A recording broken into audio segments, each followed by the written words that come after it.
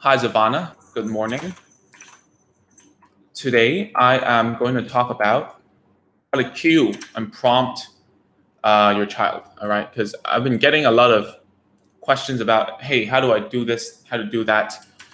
And so I decided, why not I just make a video about it and answer your questions live about how to do it. And if you're watching this on a recording, you can just let me know. Okay, you can just tell me at the comment section and tell me what's going on, okay? With your child at home and you don't know what to do, okay? So you can just let me know what troubles you have right now. Got it? So I'm just gonna keep on going and just tell me whenever you need anything. All right. So first of all, I want to say thank you for joining me here. Yesterday we had a great live on my Instagram. If you haven't joined me yet, if you haven't followed me yet, I am on Mingfeng.speech. It's very different. So it's Mingfeng.speech on IG. It's Agents of Speech on YouTube. On Facebook, it's just Mingfeng for some reason. Everything's a little different. I'm so sorry about it. People are talking about, not really just people, just my girlfriend, is saying how it's all very incongruent. But anyways, we're gonna go ahead and talk about cueing and prompting. First of all, if you're watching this and your child has been through a lot of therapy, keep in mind that she or he has gone through a lot of prompting, and a lot of prompting becomes the new normal for them. All right. So yesterday during the Q&A, one of my clients asked me, "Hey, what if my kid is so obedient that she will only start playing or doing an activity when I prompt her?" All right. And this is very, very, very common. It's actually something called prompt dependence, coined by this woman on the internet. But we won't go inside that. All right.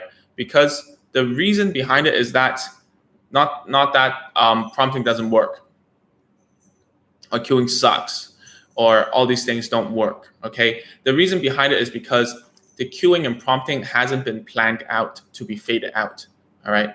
And so therefore, it has been difficult for your child to actually live without it. Okay. So any help, any help that you are thinking about giving your child needs to be able to be faded out. All right. It needs to be able to be faded out. And I want you to think about difficulty of doing a task in a diagram. So there's the x-axis and the y-axis, right? The x-axis is how hard the task is. How hard the task is. It goes up. The y-axis is across different environments. So that's actually generalization, right? So if you're not familiar with it, it means that if you're able to sing nicely at home in the shower, okay, and the difficulty level is Celine Dion, you're pretty good already, all right? But when you go to karaoke, you get cold feet and you drop in performance. All right. So across the y-axis, wait. I'm getting it all right. X-axis is the horizontal one, right? Yes. X-axis is the context. So in the shower, you're great. At the K room, you're not that good. On stage, you're a total hot piece of mess. So generalization from one to another to another to another. And then the y-axis is about the difficulty of a task. Let's put it inside a child now, okay? So if your child can actually say certain sounds at certain contexts, for instance, in the clinic room with a clinician, you can do it. And that's because in that situation, I can help a lot, and they're comfortable with trying hard at that situation. So on that axis, at that point in time, at that context, can do. Next context at home cannot, right? Or a diminish of performance.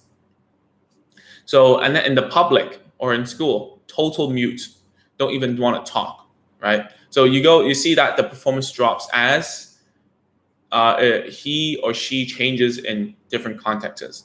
And I see that as because Ivana and Vonnie is here on Facebook. So thanks for always joining me, guys. It means a lot. So it just means that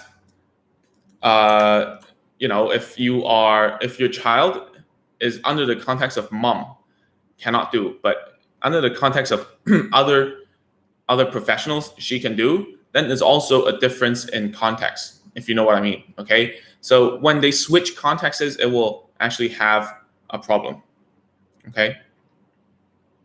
Yeah, Savannah says when we try to make her singing, her voice is out. When I prompt her, no voice come out, little whisper. Yeah, so that is also a totally different task, right? One is singing, one is like voluntarily saying a sound. Okay, so the thing is, Savannah, I know that this is happening right now, so that's why I'm making this video. All right, so that's why I want you to go down one step, is what I'm trying to say. Okay, so you have the step at where you are prompting her with like just the words, or like 2 words or 3 words. So if that doesn't work and you've tried the highest help that you can do, go down the level, the difficulty, the level of difficulty. And by the way, I apologize for my crumpled shirt. My cat sat on it. It's like, when I was a kid, you would say that my dog ate my homework, but my cat sat on it. That's why it's like that. Yeah, so what you have to do, Savannah, is to move down the difficulty a little bit. Just move it down.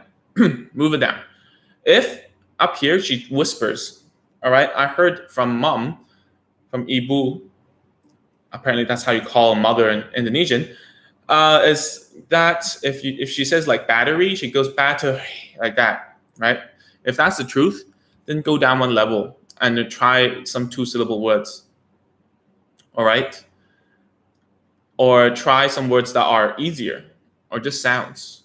Or maybe chop up the syllable. Say batter, re, like that. Chop it up, see if it works, okay? Whenever you see that a child is failing at a level, go down, all right? Failing at a level, go down and help them, all right? So that's what I'm trying to talk about in this session, all right? So you have, excuse me. So you have a lot of different difficulties, a lot of different contexts. And then what you can do is to prompt to help them to attain that difficulty level. All right.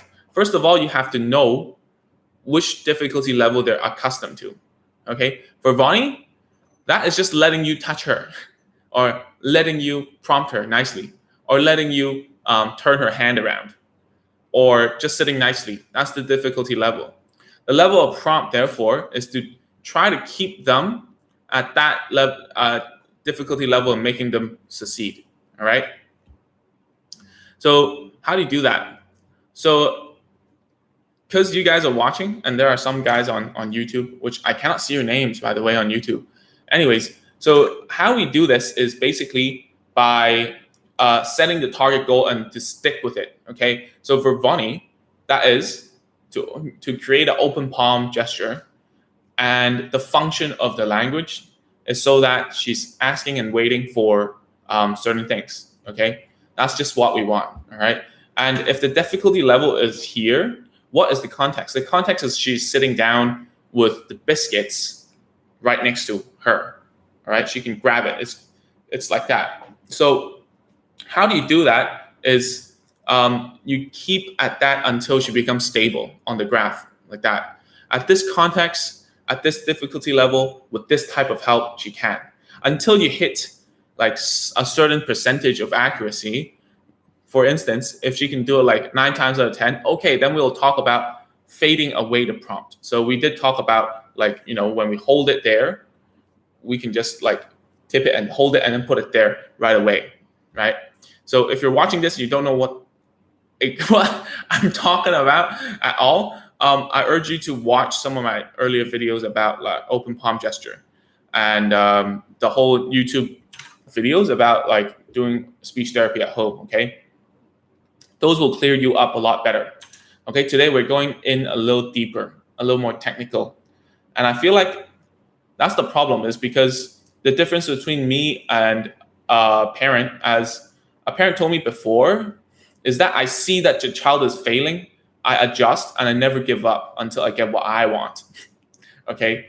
Whereas parents, they're like, oh man, that doesn't work. It's too much work.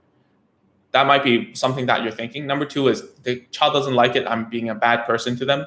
And number three is you feel like there's no end to it, right? That's why you don't want to do it. So at the end of the day, you as a parent, you have to have the mental guts to believe that what you're doing right now is good for her and to stick to it.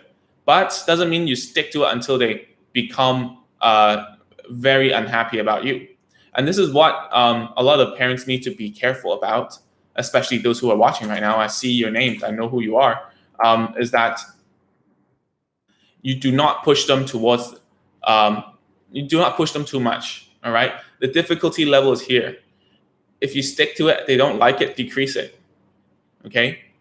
If you can't decrease it, like Vonnie is at right now, it's just impossible to go lower, then provide 100% help, okay? And Savannah asks, is it because I don't do enough more warm up? Yeah, so I think so as well. I think so. It's because the warm up is not enough, and that she hasn't gotten into the groove to talk. For your case, all right. If you suddenly tell her to do like a functional word or tell her to say a 2-word sentence, it's going to be difficult for her in the get-go. Okay, so I'd much rather, even if she fails and she whispers, you just let it be and you just simultaneously produce with her. Meaning, oh, you want to help? Okay, say help me, right? Say together, 1, 2, 3, help me. Good, here we go. Finish, all right? If she's okay with it, then, try 1 or 2 more times if you can. But what I mean is, when I talk about like across the x-axis, right, in different contexts, I want to talk about this more, okay? So all the way to the left is the most unnatural, is where you do all the drilling, all right? So what are you doing right now, Vonnie? And Savannah, what she is doing with me over the internet, that's drilling. I'm drilling her. I'm teaching her structuredly, right? There's a structure to it. There's an end goal to it. And they know that they have to do it in a certain way. That's all the way here, all right? Let's say if you're learning how to play volleyball, this is where you're actually like practicing your spikes with the balls throwing up and then or like you see those tennis people with like the auto serving machine. The serving machine just will, and then you go like that. You keep on doing it, and it's a drill, right? It's a drill. So you know how to do it.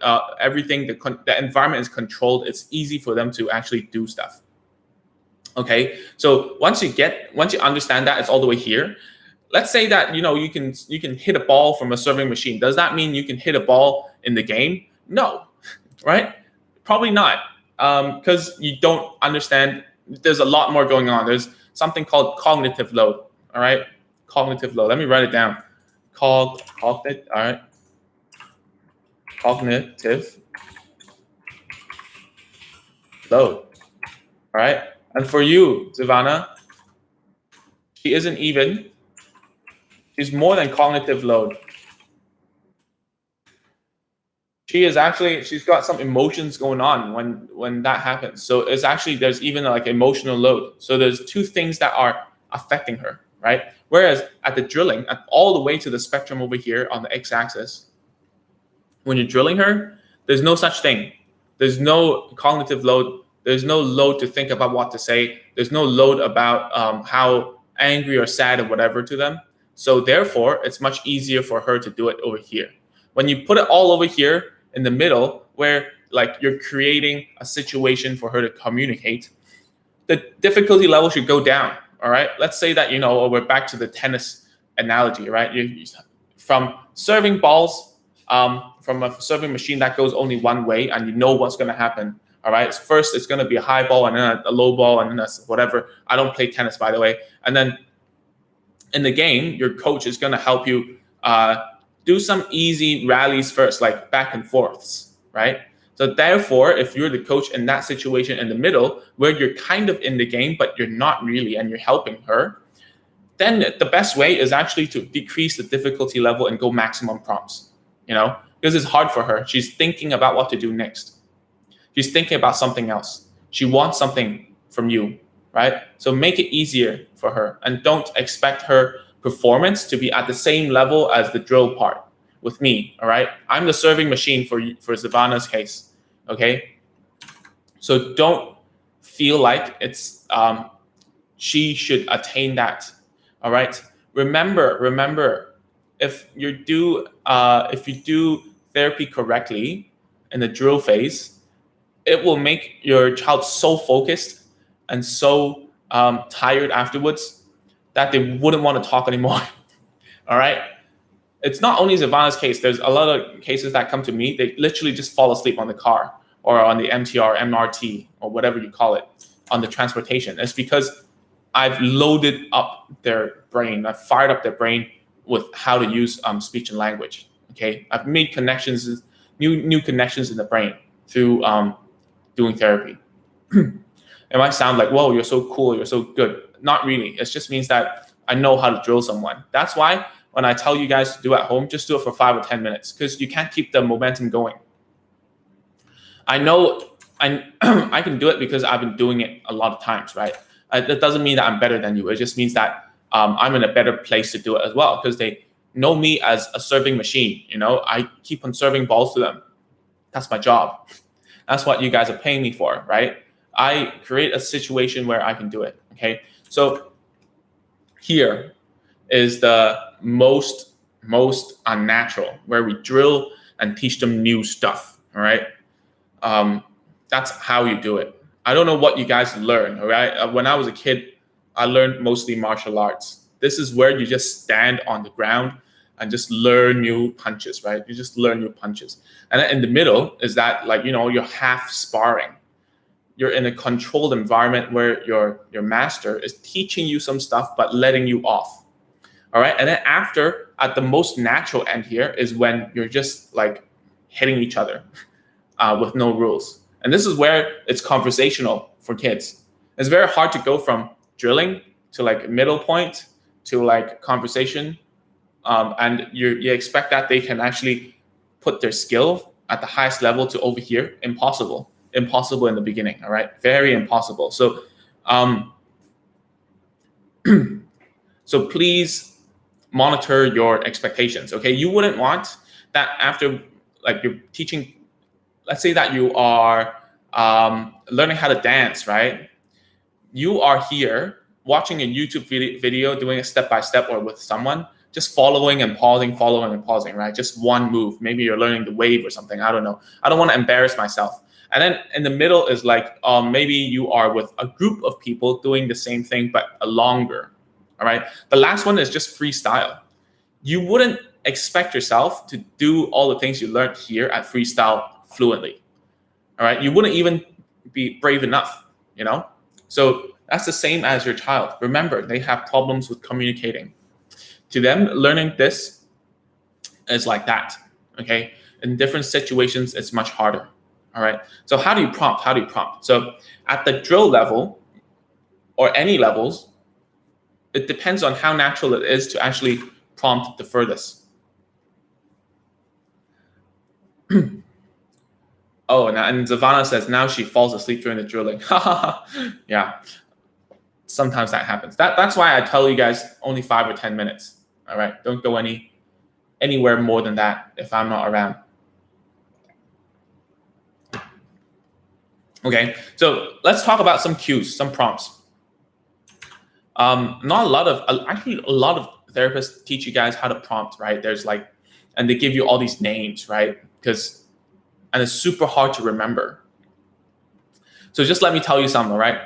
I like to categorize my cues and prompts in 2 ways. Number 1 is is it visual? And then number 2, is it tactile? Okay. And number 3, is it verbal? So no, there's only 3, to be honest. There's visual, tactile, and verbal. Okay. So a lot of parents use a lot of verbal cues, right? For instance, for a physical thing like opening a palm or doing a gesture or signing or whatever, a lot of parents use a lot of verbal cues, which sometimes makes sense, sometimes doesn't. Because if you ask, what do you do?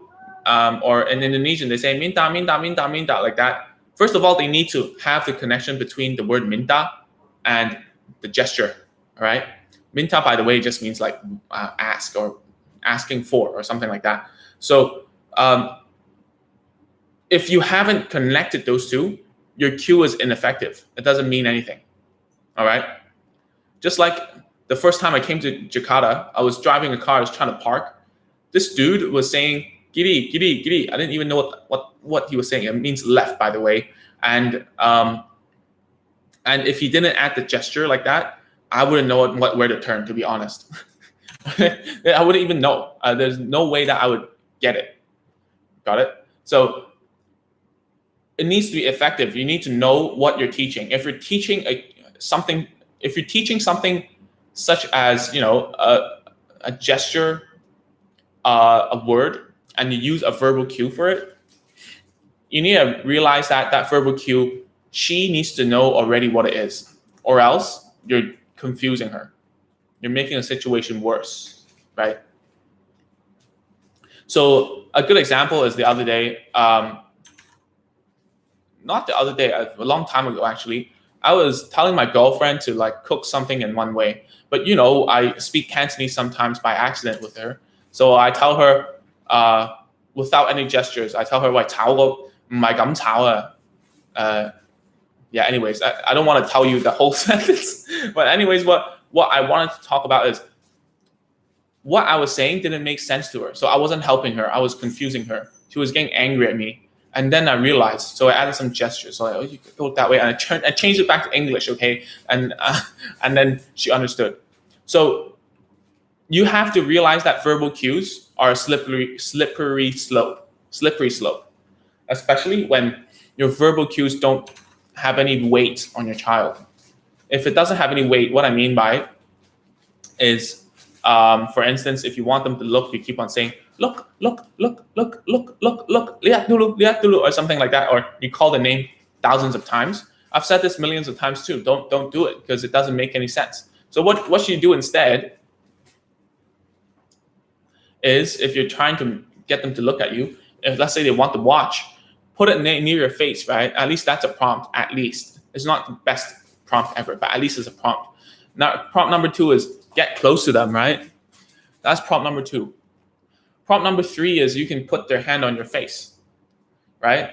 See, when I prompt, I never try to manipulate the child's eyes because I can't. I can't put my fingers in their eyes and then turn it to me, right? It's just impossible. It will hurt them or blind them or something. I wouldn't want that. So if you turn the head, doesn't mean you'll control the eyes. What I mean is, right? So verbal cues, be careful. If you're not teaching children how to talk, don't use it. And there are very varying degrees of verbal cues, right? First is the lowest level is just imitation, right? It's just imitation. A little up is like completion, right? So if you're teaching a word, you just give the first syllable. So for instance, my cat is called Slade. I want to teach it to a kid. I'll say Slade as an imitation. And then I want to only give the first sound, right? And we call sl, and the child will fill it in. Slade, good. And then I might even like chop up the first word even smaller. I don't even give the L. So what's her name? Yeah, Slade, good girl. Yeah, like that. So you see varying degrees of help.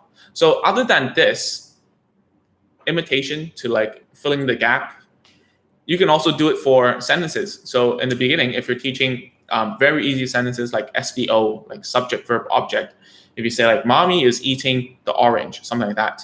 The first time is imitation. The second time might be filling the gap. Mommy is eating. Yep, mommy is. Mom. And then just totally herself, right? So this is one way. The other way is you give a question as a verbal cue.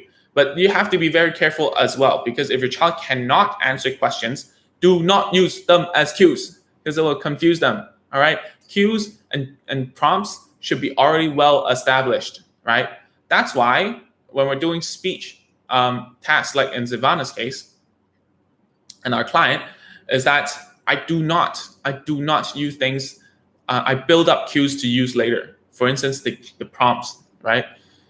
If I tell her that it's an E sound and I go like this, because I've built it, this makes actually there's some meaning to her. It will help her. But if I just do it out of nowhere, it's not going to help her. That's why I do the warm-ups, by the way, Zivana. I tell her, I remind her that holding like that, all these things will help her, remind her of the thing. All right. So I've gone a little bit further and talked about tactiles, but let's go back to verbals and question. All right. If your child cannot answer questions, don't use them as cues. Simple as that. All right. Anytime if you have any questions, put it in the chat. No matter if you're on YouTube or Facebook. I love questions. In fact, I just did one yesterday on Q&A. It's pretty cool. So when you guys are asking questions, just remind yourself, does she understand this? Is this helping her, or is this complicating the instructions? Most of the time, it's complicating the instructions.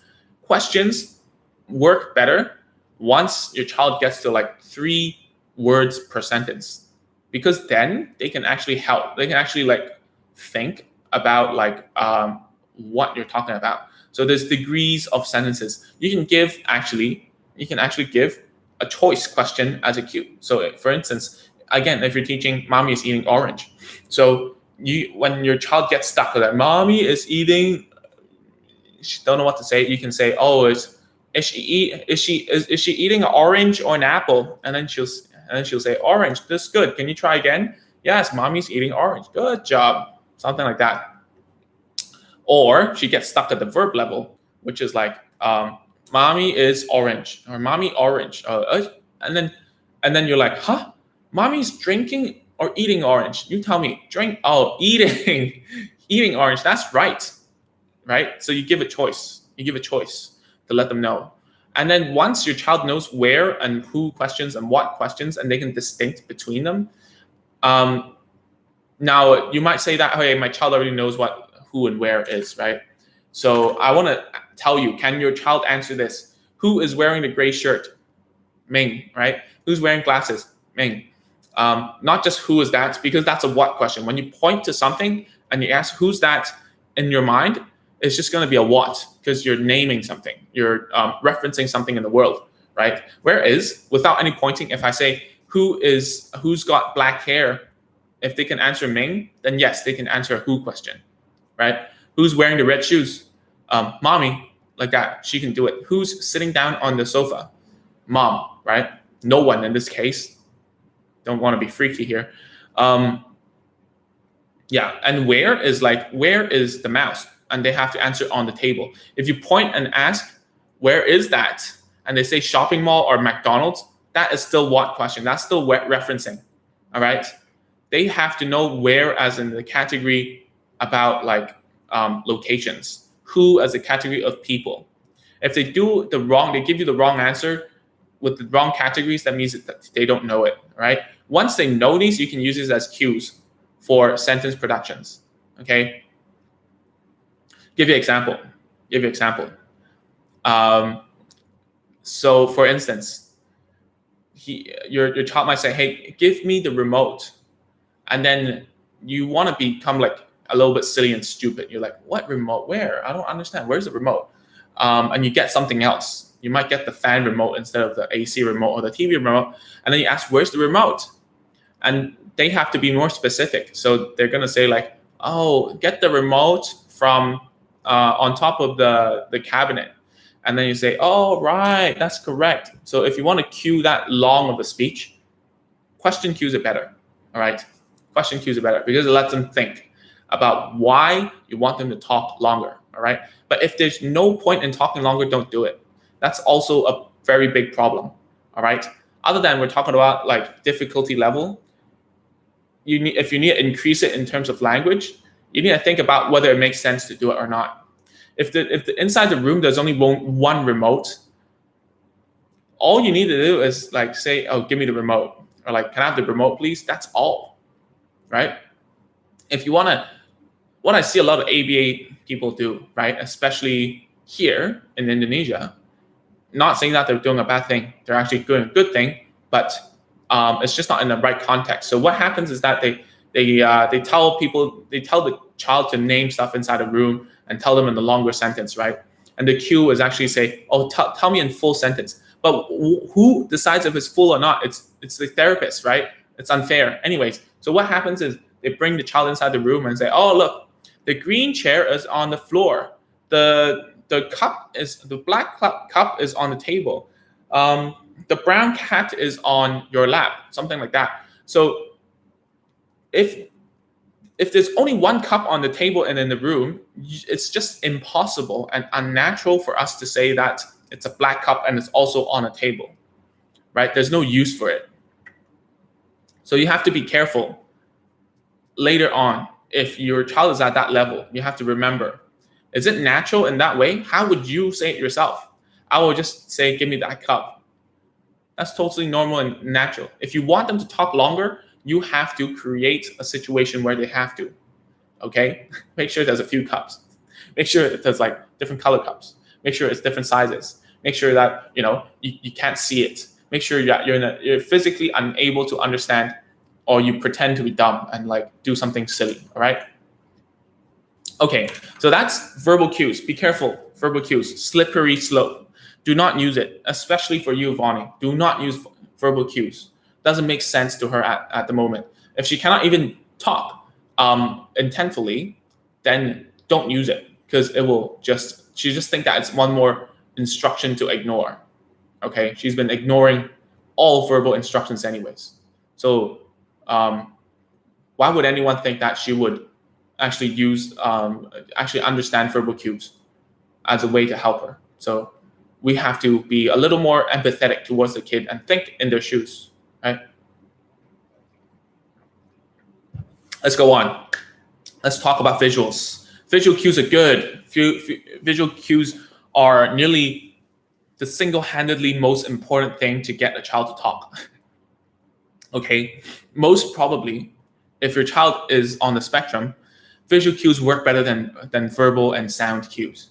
All right, it's just funny, because the reason why is because when children are they don't understand things using like auditory, like listening, they will look for different ways to understand a situation. All right, let me give you an example. I've said this in the new YouTube video and about like 3 signs about speech delay. You can watch it later.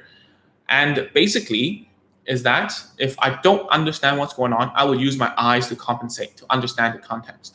Okay. So a lot of times parents come to my clinic and they say, hey, Ming, yeah. They understand what I mean. Like I tell them to like brush their teeth. How come? The key phrase is, how come? They can understand like simple instructions, but they don't reply to their names, or like they don't do anything further than that. Well, the thing is, most probably, even if you don't say anything and you say blah, blah, blah, blah, blah, right in their face and give the gestures, they will do it. All right. Given that there are some contexts that are universal and children use it to navigate their lives and cope with it. We call it coping strategies. So for instance, if you say, come eat, and then you have the fork and the food put on the table, what are you going to do? You're going to walk there, right? You know it's dinner time. You don't even need yourself to say anything. Okay?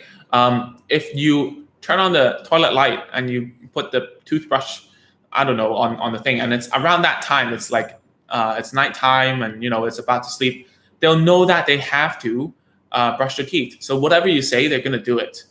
All right? If your child isn't speaking yet, or speaking like one word or something, if you say something crazy, they're still going to do something. Like, for instance, I tried in front of a client, right? I gave them a piece of rubbish, and then I gave it to the kid, and I said, put this on the sofa, and he still put it in the bin, So you see, the power of context and visuals have a profound effect on how children behave if they do not have the auditory skills to understand what's going on. Okay, and it happens with all of us, right? So, for instance, me, when I was traveling around like Europe, when I was like a kid, right? What happened was I didn't understand a lot of stuff they were saying. And actually, Europe is not a good example. A better example is when I went to Mexico. So when I went to Mexico, all they spoke was Spanish. So all I could understand were the gestures and the numbers.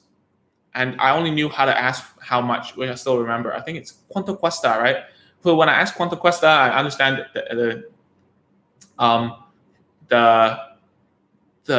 numbers that came back, obviously, because I needed to survive in like 2 weeks' time. And like I learned the numbers in 1 day. That's just how dire the situation was. It was very, very tourist unfriendly. No one spoke English, even in Mexico City, right? I went to Mexico City. When I went to Cancun, the party island thing, they all spoke English. But in Mexico City, no one spoke English. So I had to navigate with just asking how much, knowing how much it is, doing mental math, and understanding gestures, all right? So there was one time I was going to this pyramid thing, which is like a heritage of UNICEF. It's called Teotihuacan or something. And basically how to get there is like we need to take buses because we weren't traveling with a tour guide, right? We did it ourselves. And I was going with this Hong Kong dude as well, but he had like very little English, even less than I did. And he didn't even memorize the numbers. So I was like carrying him, I was like helping him out. So what happens is we go to the bus without the sign, and then we had to go up and ask if it's Teotihuacan. And then afterwards, he was like, he was saying that we should get off at the 4th stop, and that's because I counted the number of head knobs he did, like that, and then I knew when I had to get off, and I had to ask at the 4th one when to get off to get there. Okay, so I had to realize the gestures. I had to realize and use my brain and common sense to get over the language barrier, okay? And that's what your child is doing every day, which they don't really need to do much at home because they're the queen or the king, right? But imagine them at school. They're gonna have to do a lot of that. So let's go back to like visual cues, okay? We've gone a whole load of stuff. So remember in the story, I did talk about like the head knobs and the pointing or whatever. Gesture cues are very, very effective. Super effective, but only if you build it. And you would know, Zavana, especially, because your child knows how to sign. So when you sign, it becomes actually a mode of communication. It's a language of itself, all right? So what you want to do now is to talk slower. If your child is at no word level, talk slower, add gestures, make it easy for them to understand, and then build it towards so that when you do it, when you ask them to talk, they know that these gestures are helping them, right? Okay, so what do you do? Pointing. Do gestures for when it comes to nouns, pointing is enough because you're referencing something in the world, right? Like this, microphone, glasses, shirt. You can just do that as a gesture. But for verbs, you have to build them. It's symbolic, right? Which is easier to obtain than speech, okay? Gestures are easier to obtain than speech. If I went to Mexico City again, if I did this, everyone knew I wanted to eat. I'm hungry, like, oh, I want to eat, right? Everyone would know that, okay? If they had any world knowledge at all, or like, I'm like, right? It means I'm thirsty, I want to drink. So it's easier to obtain. It's across, I cannot say it's universal because it really isn't. It's just that under the globalization nowadays, gestures are pretty much understood by nearly all human beings who actually know something about stuff. Okay, so yeah, so gestures. Other than that, I also want to talk about mouth shapes, and this you should only use it if your child actually looks at you. Don't do it if they don't look. Got it?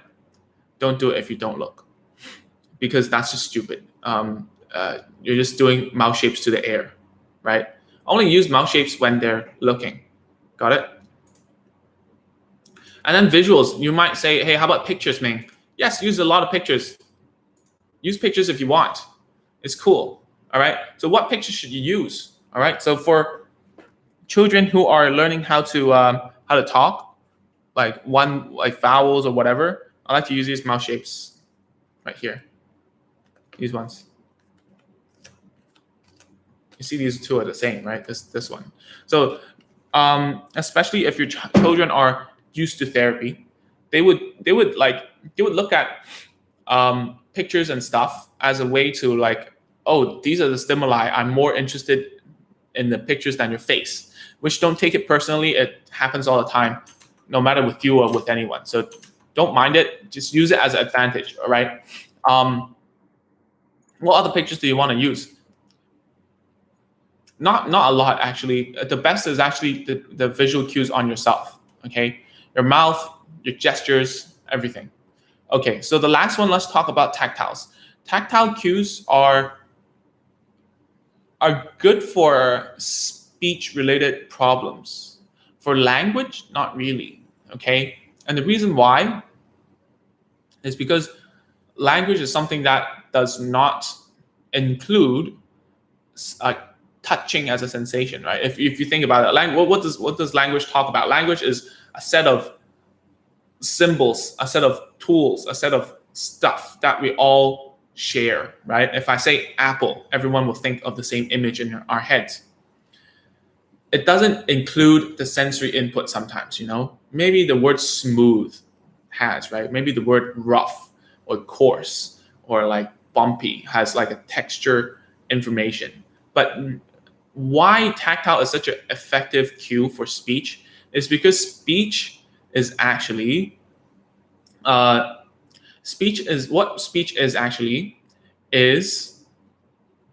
a motor and a sensory thing. So that's why tactile cues work wonders on children who have a speech issue, and that's what I usually do first. Okay, that's what I usually do first with tactiles. Okay, so what kind of tactiles work? So first of all, you need to understand tactiles help your child get to a place. Usually when they cannot say certain words and sounds, it's because they don't know where to put their mouth. Okay, for instance, the M sound, like that. Usually when we do the M sound, we don't go like like that, right? We do it very relaxed. We go ma, like that. So some people like to put a piece of what's that called? Tongue depressor, a lollipop stick. Put it here, like a wooden one, and do this, and make them hold it there. All right, that's actually a tactile cue. But the thing is about tactile cues is don't make them exaggerate the action too much that it doesn't make sense in speech. All right, I've said this multiple times. Don't make them go like nah, because in like if they get to a sentence level later on, which we're working towards, right? If you want them to like speak like that, then every time the speech will be very slow. For instance, if they have to say like mommy, they go like mommy, like that, right? If you're teaching them like that. So what you need to do is you need to teach with tactiles that make them relaxed and get to the point where they can do it themselves, all right? For instance, for M, you can use the tongue depressor thing, doesn't matter, as long as it's very, very like ma, like that. What I like to do is like the prompts, which I paid money to learn. I think it was quite a good money spent. But anyways, 2 fingers here, one on the nose to signify the nasal sound, the nose sound from M, all right? Ma, like that, okay? For vowels, very easy. A, I, U, E, and then O, like that. So if you need help, just let me know, okay, about tactile cues. It needs to be very dependent on the speech, okay? Another tactile cue that a lot of people love, and is actually, it started off, I learned it from this dude called Daniel Ling. And this Dr. Daniel Ling is some white guy, this professor from America, I think. And this is from the 1970s. And he teaches a lot of hearing loss children, like children who cannot hear. And tactiles help them create speech because they cannot hear the high frequencies and they don't know how long a sound is. So basically, he would teach the children to say, like, for instance, a long sound like ma, like that. He would put like ma, like that, and show them how long by using the tactiles. All right, so I need to go in like 2 minutes actually, because I have a session right after this one. I want to prepare myself a bit. So if you have any questions, let me know. Put them in the comment section. I will be answering them through text if you're watching this on a replay, all right? Do not hesitate. And we are going live every Monday, Wednesday, Friday, 9 a.m. my time. And my time means WIB. And that's actually GMT +7 or -7. I always get it wrong. I think it's just Jakarta time, all right? Just search online. Remind yourself if you have any questions, and especially if you have any topics you want me to talk about, do put them in the comment section or just send me an email, ming@agentsofspeech.com, all right? And if you haven't, you can go to agentsofspeech.com to check out the courses that we offer, and also take a look at the checklist that we already have there. If you haven't, it's agentsofspeech.com/checklist for all the tools and the toys that I recommend. And at the same time, remember that we will be making courses directly to serve you. So we have an introduction course, which already like around 40 people have signed up, which is kind of cool. And we've been helping parents that way, but I believe we can go deeper. So that's why I think in the next month, I'm still creating it. It's about like from 0 to words. That's the name of the course. And what we're doing there is like, if you've seen the video about Tenor, there are actually a few clients of mine that have gone through the whole process from 0 to words. And we've systemized it. We put it in a flow chart, and we made a course for it. We're making a course for it. So if you're interested, you can go to agentsofspeech.com, go to courses, and click the button to go on the waiting list. Okay. Because basically what's going to happen is that I feel like this is a very replicable way of parents to actually do this stuff at home themselves. Because imagine, I can do it with Tenor, someone who doesn't even speak English, right? Just imagine what you can do if you're understanding every word I say here, right? So, of course, it doesn't take like, I'm just trying to tell you and it works. You have to really, really, really dig deep down, and do the work every day, okay? And hopefully you found this very helpful. Do stay tuned about from 0 to words, especially. Later, I think after the later quarter of the year, I'm gonna make a new course called Word Combiners, which just means that how do we make kids go from one word to like 2 or 3 words and answer questions? That's all it is about, okay? So if you're interested, go to agentsofspeech.com, go to the courses tab, and wait list for whatever. But at this moment in time, I think the introduction course is good enough to help you elevate yourself as a parent, because I just got like a video from a parent from my introduction course of Agents of Speech that she finally got the child to follow her instructions at home and look at her. So this stuff is good enough if you really follow it and do it and take the advice there, okay? Because I've been teaching parents forever now, not really forever, for like 6 years now. So it works, man. So go check it out. And with that said, thank you for tuning in today. I'll see you guys on Monday again on 9 a.m. Tell me what you guys want me to cover, okay? Send me an email, ming@agentsofspeech.com. Tell me what's going on, all right? Tell me what you need help on. The more specific, the better, all right? Because when you tell me something specific, I need to go deeper. And when parents listen to me go deeper, they know what to expect and what the thought process is and how they can replicate it and take some of those stuff and use it on their kids, all right? So with that said, thank you so much. I have to go now. So see you guys. Bye-bye.